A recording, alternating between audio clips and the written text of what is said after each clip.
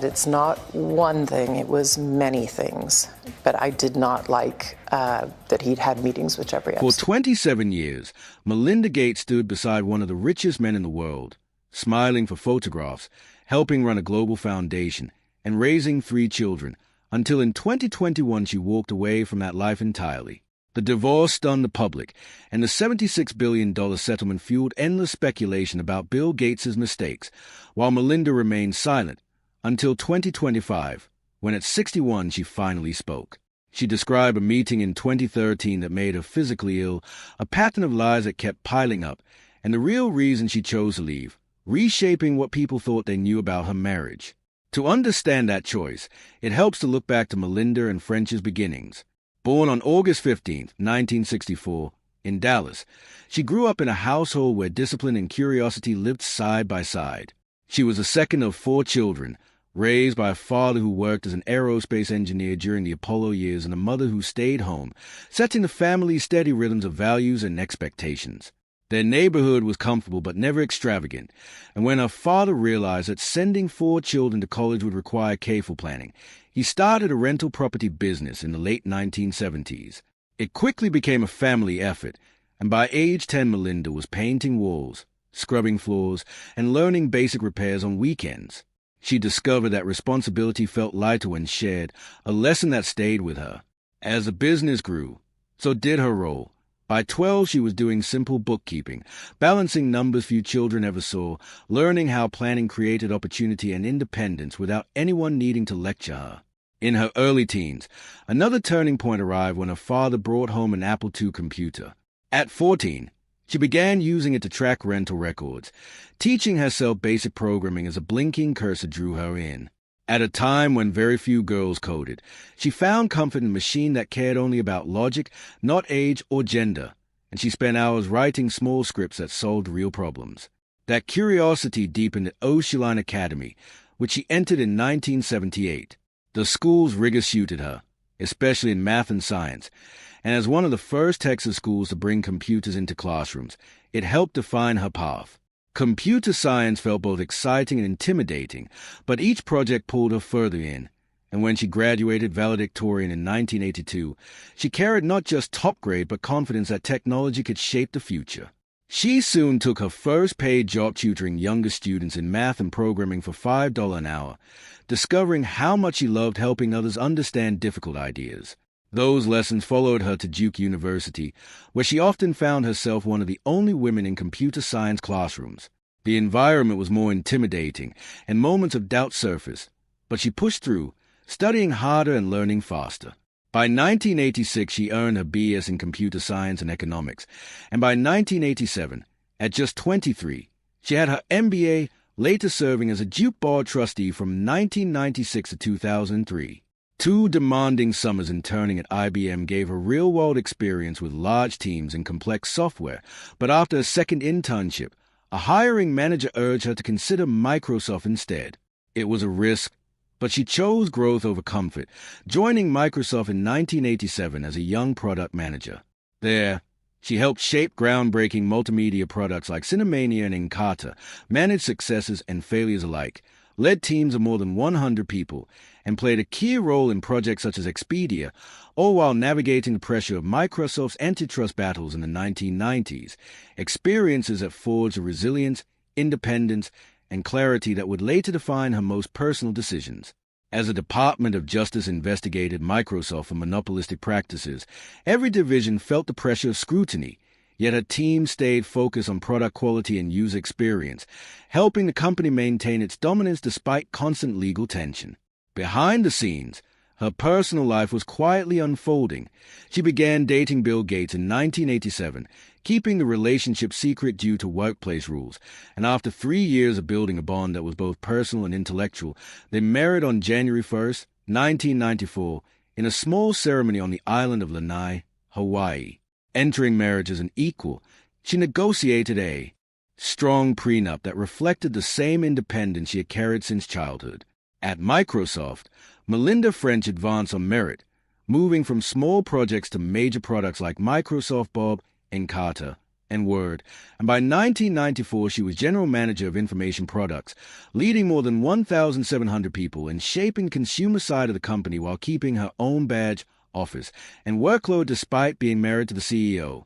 She stayed through intense pressure, even during her first pregnancy, but by 1996 faced a crossroads between continuing to climb or stepping away to raise her children, ultimately choosing to leave after a 9-year chapter that helped define Microsoft's culture.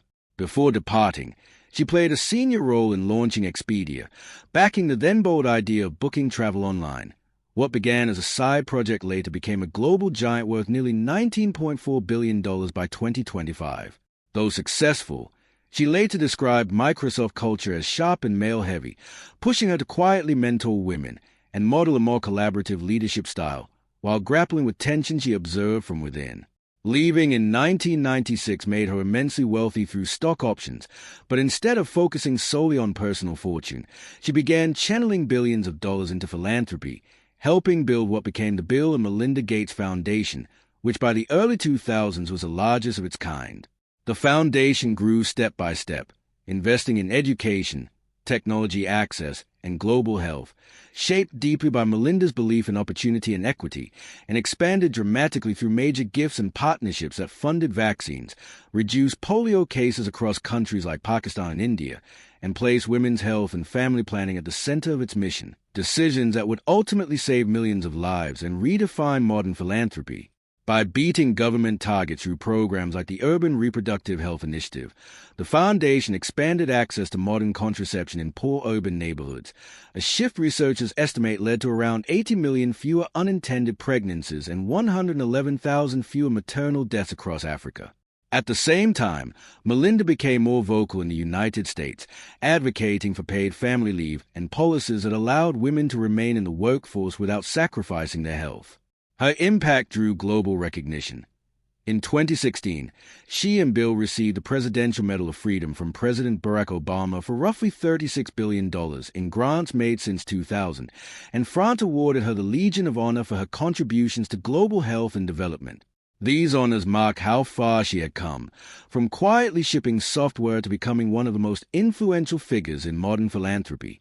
While her public work expanded, she also built something separate when she launched Pivotal Ventures in 2015, investing hundreds of millions of dollars by 2025 into more than 150 organizations focused on politics, mental health, caregiving, economic security, and women in technology and media, driven by her belief that when women control more power and resources, progress accelerates. Privately, however, her life grew more complicated. In 2017, after a woman accused Bill's longtime money manager, Michael Larson, of sexual harassment at a Gates-linked bike shop, Melinda pushed for an independent investigation rather than a quiet resolution, marking a shift toward demanding accountability.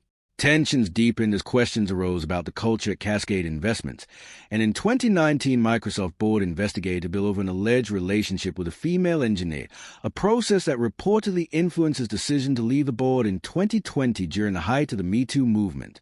These events chip away at the public image of control and discipline and intensified the private strain Melinda carried, made even heavier by Bill's connection to Jeffrey Epstein, an unease she later traced back to a September 2013 visit to Epstein's New York townhouse that left her feeling physically ill.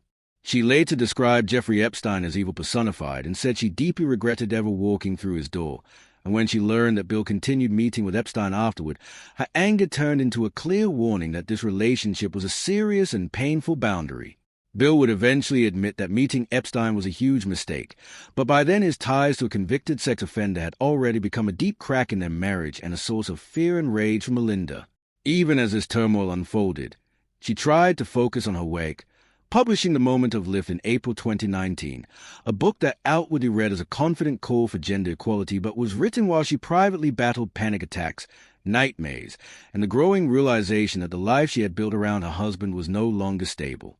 Writing forced her to confront years of being one of the few women in male-dominated spaces and how much of herself she had set aside to support Bill and the foundation. Later in 2019, during a trip to New Mexico, the pressure finally broke in what friend described as a waking nightmare, and when she returned, she began serious divorce talks, quietly separating while lawyers worked behind scenes. Although the split did not become public until May 2021, she had already consulted divorce attorneys in October 2019 after more reports of Bill's meetings with Epstein emerged, and by then she knew the marriage was ending.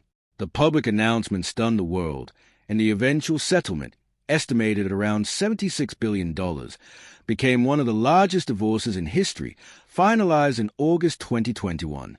Soon after, Melinda pledged $1 billion over 2 years for women's health and empowerment, signaling that independence would only sharpen her focus on the causes she cared about. In subsequent interviews, she spoke openly about the emotional toll of the marriage, including Bill's infidelities and the affair with a Microsoft employee that triggered a board investigation, explaining how betrayal fueled years of panic attacks and nightmares and left her feeling she had lost a sense of self. Therapy, she said, helped her rebuild her identity without betraying her own values, and her honesty resonated with countless women. Epstein remained, in her words, the final straw, a symbol of incompatible judgment and boundaries she could not accept. After the divorce, Bill publicly called the Epstein relationship a serious error in judgment, while Melinda focused on accountability and supporting victims. In May 2024, she stepped down from the Gates Foundation, leaving Bill as sole chair after more than 2 decades of shared leadership, and committed at least another $1 billion over 2 years to women and girls-focused work, choosing to fully align her time and resources with her personal mission. As she shared glimpses of a happier, more peaceful personal life and invested heavily through pivotal ventures, her story shifted from being defined by a famous marriage to that of a woman who rebuilt herself after a public and private storm. By the mid-2020s, with an estimated net worth around $15.2 billion, much of it committed to advancing women and girls, her influence stretched globally, from funding more than 150 organizations to supporting health and polio eradication efforts in places like Pakistan. In 2025, she made her journey even more personal with the release of her memoir The Next Day, writing candidly about technology, motherhood, loss, and the long unraveling of her marriage, and explaining that she left because trust and honesty had broken down. In an April 2025 interview, she told millions that intimacy is impossible without honesty, confirmed she was now in a fulfilling relationship, and showed the world a woman who had stepped out of one of the most high-profile partnerships on earth to define herself on her own terms.